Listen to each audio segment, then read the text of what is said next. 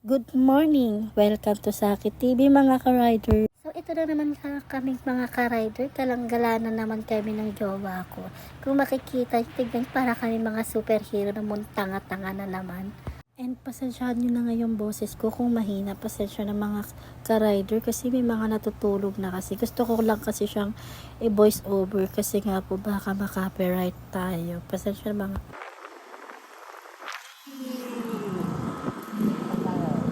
after nga isang oras is nakarating na nga isang oras. Ano ba? Hindi, joke lang. After nga mga ilang oras nakarating na kami dito sa Kaibiyang Tunnel. Sobrang grabe, ang ganda ng Kaibiyang Tunnel, no? Hindi na namin pinakita sa inyo kung paano kami nagpicture niyan mga mi. Ay, nang nakakatuwa lang kasi naabutan din namin yung sunrise. Kahit papaano, syempre enjoy pa din. At dahil nga nandito na kami, pababa na nga kami yan. Pupuntahan nga namin yung beach na sikat dito sa Batangas. Sa lahat po ng mga nagra-rides, nakatulad po ng jowa ko na siya yung rider ko, sa lahat po ng sa inyo, kung saan po kayo mahilig kumala, is mag-ingat po tayo. Mag-ingat po tayo sa pagdadrive. Kung inaantok po kayo, ay pwede po kayong huminto. Pwede po kayong magpahinga.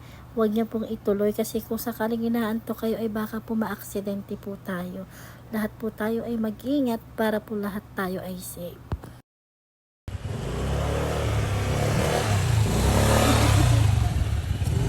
Sa wakas, narating na nga namin tong Kalayo Beach kung saan madami rin nakililigo dito dahil sobrang ganda nga naman kasi talaga ng tubig. At syempre, dahil kakarating lang namin, syempre, di ba, hindi naman natin maiwasan mag-TikTok.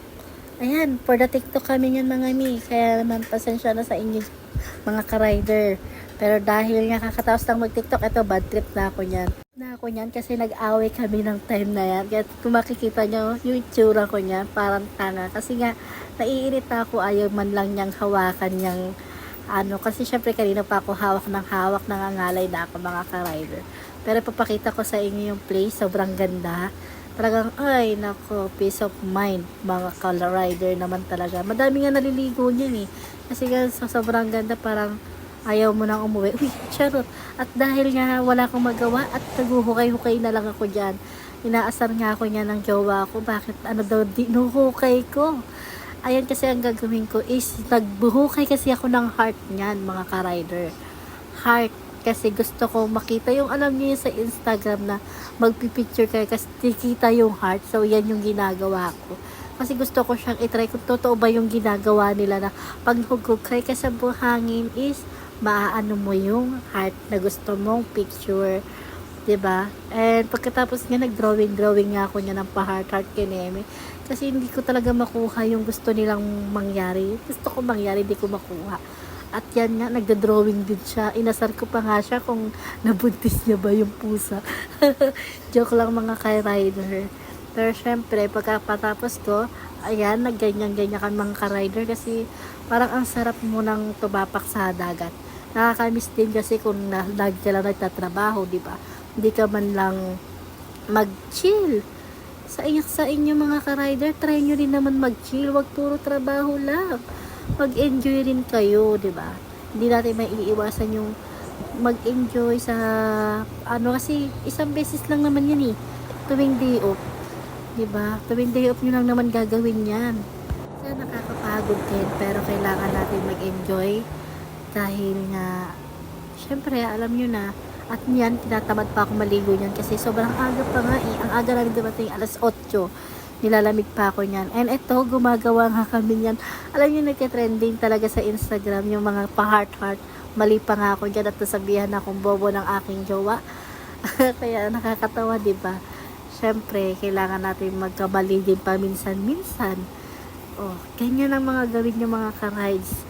Parang mga tayo ngayon. Diba? Kasi ayan, actually, na ako niyan, ginaganahan na ako niyan, hindi na kami magkaaway niyan. Kaya sabi ko sa kanya, sige tara, bibidyohan kita, gagawin ko yung kineme kung ano yung mga sikat. Gusto ko syempre, ako ano yung sikat sa TikTok. Syempre, tayo mga millennials, kung ano yung sikat sa TikTok, is gagawin din natin, di ba? Hindi naman sa TikTok, sa Instagram din nakikita ko na ganyan yung ginagawa nila. So, sabi ko, gusto kong gumaya. Gusto kong gayahin, OMG. Pero dahil hindi ako marunong mag-video, anong gagawin ko mga kamima? Dahil hindi ako marunong, kaya inaya ko na lang yung jowa ko. Sabi ko, tara gawa tayo ng TikTok at ipopost ko sa TikTok. Pero hindi ko pa rin maasikaso. Kasi pag busy ka na sa trabaho, hindi mo na maasikaso. Sabi ko sa kanya, ganyan gawin namin, pero hindi niya makuha yung ginagawa ko. Ba't di mo mag-get? Sinampak ka. Diba, nagigigil na ako niyan, pero kailangan ko pa rin siyang intindihin. Diba, mas gugustuhin ko na lang ako na lang mag-video kaysa kasama siya kasi hindi niya ako maintindihan, mga ka-rider. Ganyan yung mga jowa natin, hindi tayo maintindihan, hindi nila makuha yung gusto natin gawin. Ganoon din naman tayo, hindi natin makuha yung gusto nila. Kaya may time na hindi kayo nagkakasundo. Pero syempre, need pa rin natin intindihin ang isa't isa. Dahil nga,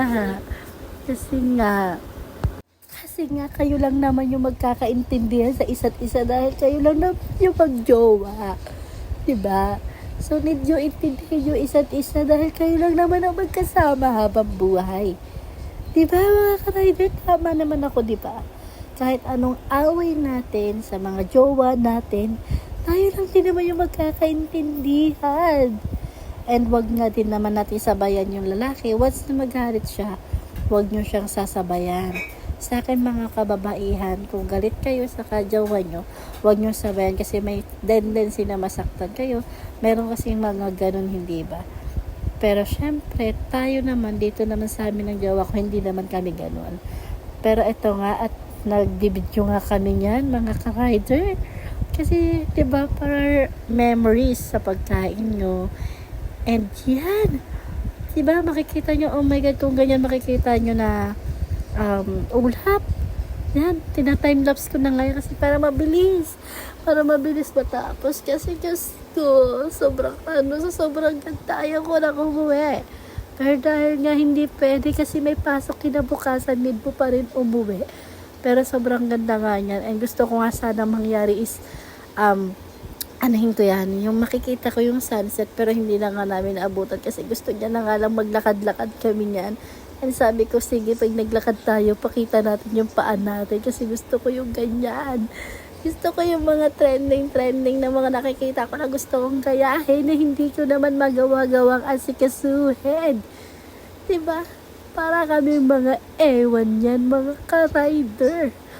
Ayan, nakikita nyo kung sawa-sawa na kayo sa pagmumukha ko, pagpasensyahan nyo na. Syempre, vlog ko to. Vlog namin to. Gusto namin yung mukha namin. At kung ayaw nyo yan, yung paa namin, tignan nyo. Diyan, sa paa namin, pati anino, tignan nyo kung anong gusto nyo. Pamili kayo kung yung paa, yung mukha. So, diba? Diyan lang tayo. Hanggang dagat. Yan. Mga ka-rider. Kung napanood nyo to, ito na yung sign. Maligo na kayo.